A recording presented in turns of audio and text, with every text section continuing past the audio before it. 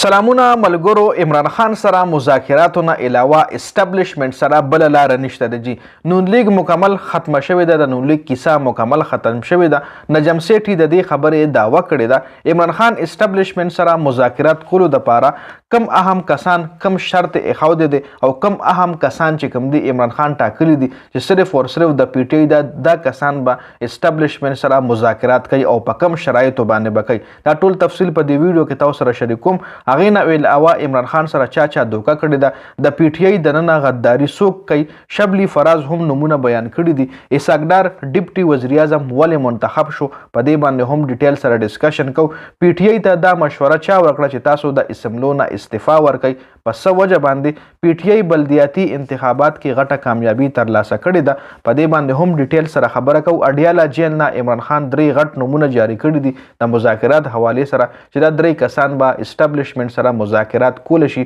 بل څوک هم نشي کولی. دا ټول تفصیلات په دې ویډیو کې تاسو سره ډسکس کوم. ویډیو خپل هم مکمل وګورئ او مخکې ملګرو سره ضرور شریک کړئ. لومبه په مسلم لیگ نون باندې خبره کوو ځکه نجم سیټي دا دعوه کړې ده چې د نون لیگ لوبه مکمل ختمه شوې ده او اسټابلیشمنټ سره عمران خان سره مذاکرات نه علاوه بل لار نشته، ځکه نون لیگ لوبه مکمل ختمه شوې ده. عوامو کې د نون لیگ مقبولیت نشته، عوام نون لیگ نه خوښوي. کله چې ټول ملک اسټابلیشمنټ سره هغه وخت نون لیگ د اسټابلیشمنټ خلاف او اوس چې ملک د اسټابلیشمنټ خلاف دی نو نون لیگ اسټابلیشمنټ سره دی او اسټابلیشمنټ دا خیالو چې عمران خان نشي ګټلی خو عوامو اسټابلیشمنټ ته غټ شکست ورکو جی. دا ټولې خبرې چې کوم دي دا د مسلم لیگ نون اهم سړي نجم سیټي کړي دي جی. بل عمران خان اسټابلیشمنټ سره مذاکرات دپاره صرف یو شرط ایښی دی او هغه شرط دا دی جی چې مذاکرات به د آئین او قانون دننه کیږي. نو آئین مطابق اسټابلیشمنټ او فوج سیاست کې انوالومنټ نشي ظاهرولی.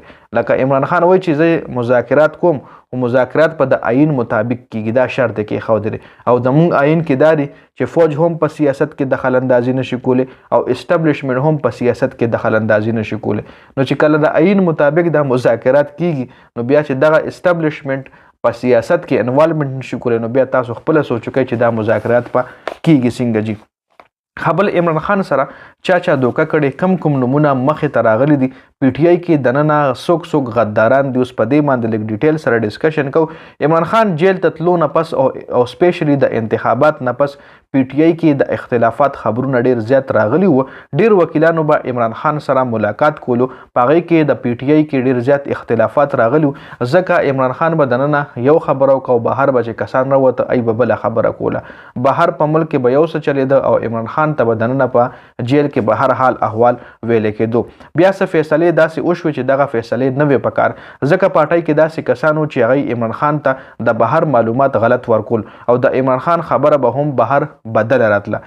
کپتان به دننه یو سو یو بهر به چې خبر راغه به بل څه وجي. اوس شبلی فراز ویلی دي چې د پی ټی آی اهم رهنما عمران خان سره ملاقات کولی شي او چې کله هم دا ملاقات وکړي او عمران خان څه پیغام ورکړي او هغه پیغام که بیا دغه کس تبدیلی دغه پیغام کې دغه کس بیا تبدیلی وکړه او بیا په دغه تبدیلی کې مطلب بهر یو کس راووتو د کپتان پیغام یې بهر راوړو او پیغام کې تبدیلی وکړه نو څه ټایم چې دی دا پیغام جاری کوي نو هغه پیغام به دی موږ له لیکلی هم راکوي او خپل دستخط په هم کوي ځکه چې کله عمران خان د جیل نه بهر روزي نو بیا به پته لګي چې کومه فیصله یا کم بیان غلط شوی دی او کم سړي کړی دی. بیا به هغه ټایم کې پته لګي چې غدار څوک دی او موږ سره به ثبوت هم بیا موجود دي چې دا په دې فلانۍ ورځ باندې فلاني ملاقات کړی او دی چې جیل نه بهر راووتو د چې د عمران خان کم میسج کنوی کولو دا د خبرې یې کړې وي او په هغې به ښکته د هغه دستخط هم وي. نو بیا چې کله عمران خان د جیل نه بهر روزي به ټول ګوري چې ما خو فلاني کس سره په دې ورځ ملاقات کړی او دله خو ما دا خبرې کړې وي او ده خو بهر دا خبرې کړي دي نو بیا به هغه ټایم پته لګي چې غدار څوک دی جی. اوس اسحاق ډار چې کوم دی هغه ډیپټي وزیر اعظم منتخب شوی دی او د دې څه وجه مطلب ډیپټي وزیر اعظم نوم به تاسو په پیله ځل اوریدلی دی ځکه چې په آئین کې خو ډیپټي وزیر اعظم عهداړو شته دی نه او ډیپټي وزیر اعظم سره مطلب څه دغه وینه څه اختیارات وینه نو بیا ولې اسحاق ډار ډیپټي وزیر اعظم منتخب شوی دی. نو دې حوالې سره دا خبر راغلی دی چې په نون لیگ کې 2 ګروپونه جوړ شوي دي او په شهباز شریف باندې د خپل رور نواز شریف هم هیڅ قسم اعتبار نشته دی. د دې په وجه باندې اسحاق ډار ډیپټي وزیر اعظم منتخب شوی دی ځکه اسحاق ډار د نواز شریف یو ډیر ادباري سړی دی مطلب نواز شریف په خپل رور باندې یقین نه کوي نو د هغې دپاره اسحاق ډار ډیپټي وزیر اعظم منتخب کړی دی چې ته خیر څه فیصلې نشي کولی څه اختیارات در سره نشته خو په دې سړي باندې نظر ساته او په حکومت باندې نظر ساته مطلب خپل یو ادباري سړی په حکومت کې کېنولی دی